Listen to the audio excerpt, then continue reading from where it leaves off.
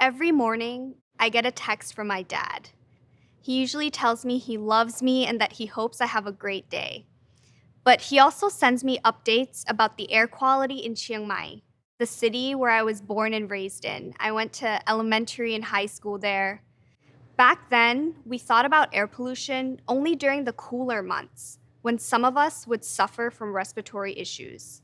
But now, the air pollution crisis feels extremely urgent. Recently, Chiang Mai had the worst air quality in the world for over a week. This is a portable air quality sensor. I walked around Chiang Mai and Bangkok taking air quality readings, and all of them flashed red or orange, signifying unhealthy air quality. I came back and took a reading in Washington, D.C., where I'm currently based, and it was the first time I saw green. In Thailand, many articles talk about the harms of toxic air on people's health and how it could affect Thailand's economy, health system, and tourism. Leaders were urging people to work from home, turn on air purifiers, and wear N95 masks. But these solutions only work for the privileged. They don't work for the street food vendors, factory workers, motorcycle taxi drivers, farmers, people we rely on to make our society function smoothly, yet wholeheartedly cast aside when it comes to their health and well-being. At the same time, some of the most powerful Thai and foreign agribusiness conglomerates encourage agricultural burning that maximize profits, but also exacerbate Thailand's air quality. And not only do they reap the benefits from these practices, they take advantage of the low-wealth farmers they contract with, who most often end up taking the blame for the air pollution crisis. That's where the Clean Lantern, the project that I founded, comes in. We know that science and quantitative data alone are insufficient to spur the kind of action that is needed to fight our current climate crisis. The Clean Lantern puts center stage the stories and perspectives of people to build evidence and momentum toward action against air pollution. These are the stories of people who are at the front lines of suffering the most from the consequences of bad air and are advocating for clean air. From doctors and nurses to professors to factory workers and farmers, the project provides a platform for these individuals to share their stories and envision the multitude of futures for themselves and their loved ones. I interviewed a former factory worker. She shared that she was constantly exposed to poor air and working conditions. As a result, she was diagnosed with byssinosis, a lung disease that is caused by inhaling dust in poorly ventilated working environments. She ended up losing over 50% of her lung capacity. But what is a tragedy for some became a battle cry for her. She led a protest with hundreds of other factory workers demanding better worker rights and compensation for occupational hazards. She shared the story of how many of her colleagues died of lung cancer and had byssinosis and other occupational diseases, saying, "Some doctors, companies, and the Thai government don't see low-income people like us as citizens, as human beings with rights. They only view events through a lens of, how will this impact my wealth?"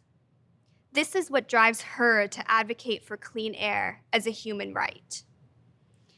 Another advocate shared that she started getting involved in clean air advocacy when she was training for a marathon. She was running in public parks and started getting a terrible headache that persisted for a few weeks. She was overwhelmed with the feeling that an injustice had been committed, not only to her, but to loved ones and people already struggling to live, yet having to deal with toxic air on top of that. She said that she's among many who are willing to speak up, that speaking truth to power isn't accurate because oftentimes power already knows the truth.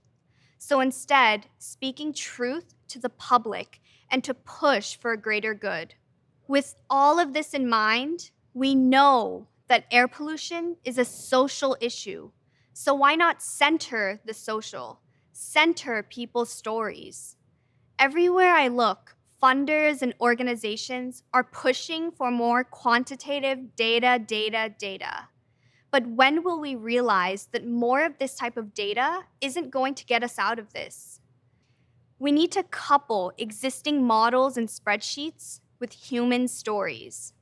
Climate scientists are always thinking about the future, building models that they hope will help people see how bad things will be and already are if no action is taken.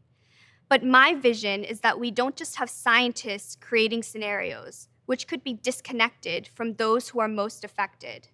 I want to work with people to hear what their dreams are and to work with them to think of ways to make those dreams a reality.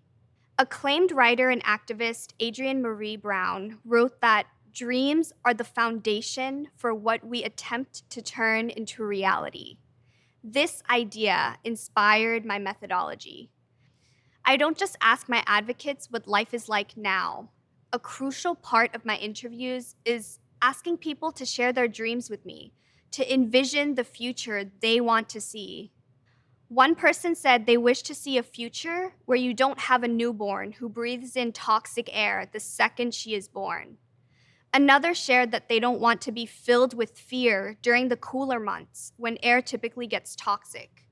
Instead, they want to be able to sit still in the fresh, cool air. And another shared they wish for environmental justice to be the blueprint for Thai society. I'm excited for the day when I hold up this portable air quality sensor and the air quality readings in Chiang Mai, DC, Bangkok, Providence are all the same, flashing green for healthy air. Until then, I'll keep fostering spaces for people to share stories and practice collective dreaming as activism.